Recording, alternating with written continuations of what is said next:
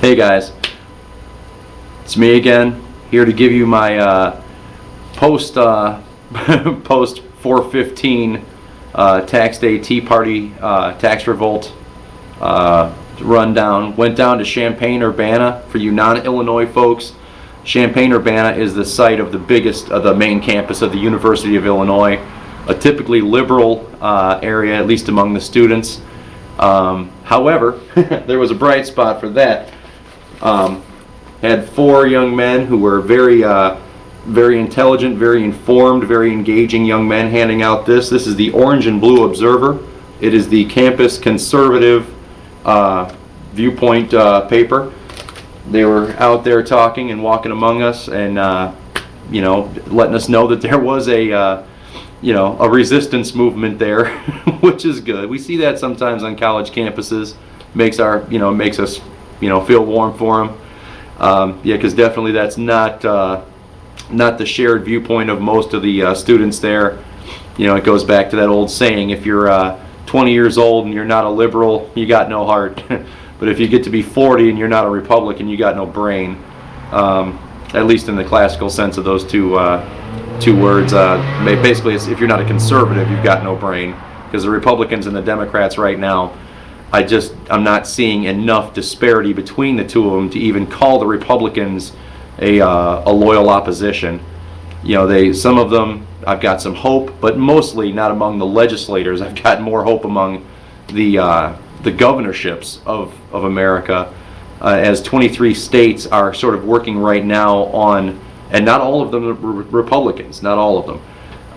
There are some like-minded Democrats who see states' rights as, the 10th Amendment movement as a viable thing. Hats off to Rick Perry.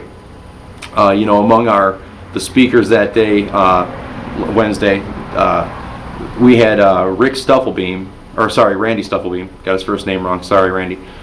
He's a Constitutional Party guy. He was a gubernatorial candidate a couple years ago when we made our second big mistake and re-elected Rod Blagojevich. You know how that went down. But yeah, he had some interesting things to say, and we were all, among ourselves. I mean, this guy sounds like a great candidate, but among, state leaders today, Rick Perry, you are the man. Here in Illinois, a hopelessly sickly blue state, held captive largely by Chicago and their interests. Basically, we've got people just going, man, where is Rick Perry for us? How do we get that man? How do we get him here? Basically, we can't hire, a politician without him turning into a crook. Chicago is in a place called Cook County. We call it Crook County. Everything that goes there or comes from there ends up being crooked in some way or another and leftwardly leaning.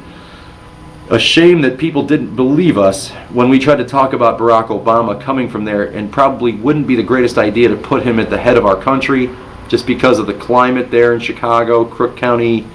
You don't really want to do that. They didn't believe us. They didn't believe it. You didn't believe us. Some of you did.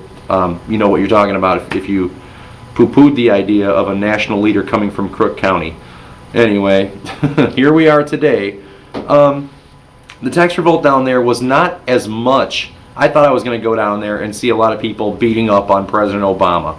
Frankly, President Obama is the latest example of bad leadership. Of the last four presidents, I cannot really honestly, wave the flag for any one of them on a number of issues. I'm not really a huge George Bush fan, even though I think he did the tax cutting to a little bit of a degree. Obama's going to even let that die. We've seen wasteful spending on both sides. We've seen an engorgement of the federal government beyond the scope of reason. That's why we're applauding all these 23 various governors who are, taking to heart the 10th Amendment of the Constitution and saying, no, enough is enough. And, a lot of people, the history is lost on a lot of people that the Civil War was not largely fought on the basis of freeing slaves or for the justification of freeing the slaves. That was one of the things. The main thing was states' rights and state sovereignty. The federal government survives merely to be a union. It's like the glue that binds all of the states together, but the states being superior to the federal government in most ways. I'm a federalist, as you can tell by my name.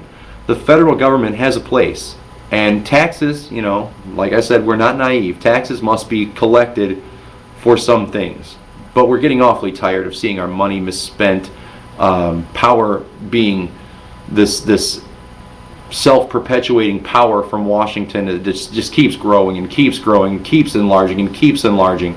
It's just become oppressive. And the people that were there at those tax revolts, basically I think that's what they had to say. You know, what a great number, what a great turnout. Ours was only about 400 to 500 people, somewhere in there. Hard to get an accurate number, but I was standing in the middle and kind of looking around going, wow, there's a lot of people here.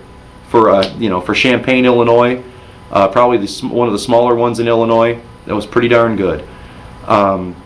Chicago, you know, downstate in the capital, Springfield, some other places around the state, there were larger ones, and definitely around the country you saw some pretty darn big ones. And I actually recorded Fox, the only news outlet to ever give any credence to anything on the, you know, on the right wing at all. You know, like considering that constitutional conservatives have, you know, no right even existing. You know, CNN, they gave their little bit, and I'm glad that that woman is getting ridiculed now, because what an idiot.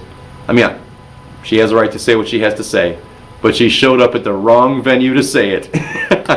She had a point of view before she even addressed that gentleman and his son, and I mean, she got pretty much, she's getting ridiculed by everybody on my side right now, and rightfully so. She's a shill for the left. She showed up under the banner of being a news person and somebody that's going to be objective, and she showed her stripes before 15 seconds elapsed. She had already gone completely into shout down mode for the left. And yeah, that's where that was. As far as the detractors that were there, we were talking about maybe there was going to be some counter demonstrators. There was like a few students. I didn't see any acorn signs or anything. They seemed just like largely a group of troublemakers from the campus and from the surrounding high school scene or whatever. They showed up, they said a few things, and next thing you know, a few people from our demonstration turned around, shouted at them a couple times, and then they left. There was no trouble, no arrests, the police were honking their horns. Everybody was out there, you know, honking horns in support for us. Probably would have been a lot more people there if it wasn't for the fact that Republicans and conservatives are the working people. We have jobs. Not all of us could get the day off to go down and say what we really wanted to say. And we got a lot of support from people as we walked around the park, you know, with signs in hand. People were coming up and asking us, you know, and thanking us for coming out and beeping their horns in support and giving us the thumbs up. You could tell there was a lot of support on the street. It was just, you know, it was a great time. I'm so glad that I did it. I'm nearly 40 years old, and it was an interesting thing, and I'm glad I did it, and I'm glad that other American citizens did it too. I was really focused on the Glenn Beck, where he was at in San Antonio, Texas. You know, Texas has got it right. You know, like I said, there was a lot of us out there going, where's our Rick Perry? You know, where's our guy that's going to stand up like that? You know, we really don't have one here.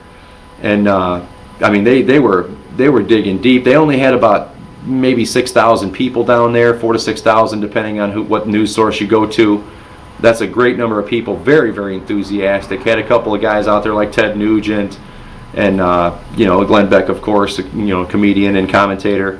I mean, they pulled out the Goliad flag. I mean, they reached deep in Texas history. You know, the former Republic of Texas, you know, which was a country before it was a state. Those guys have been on the cutting edge.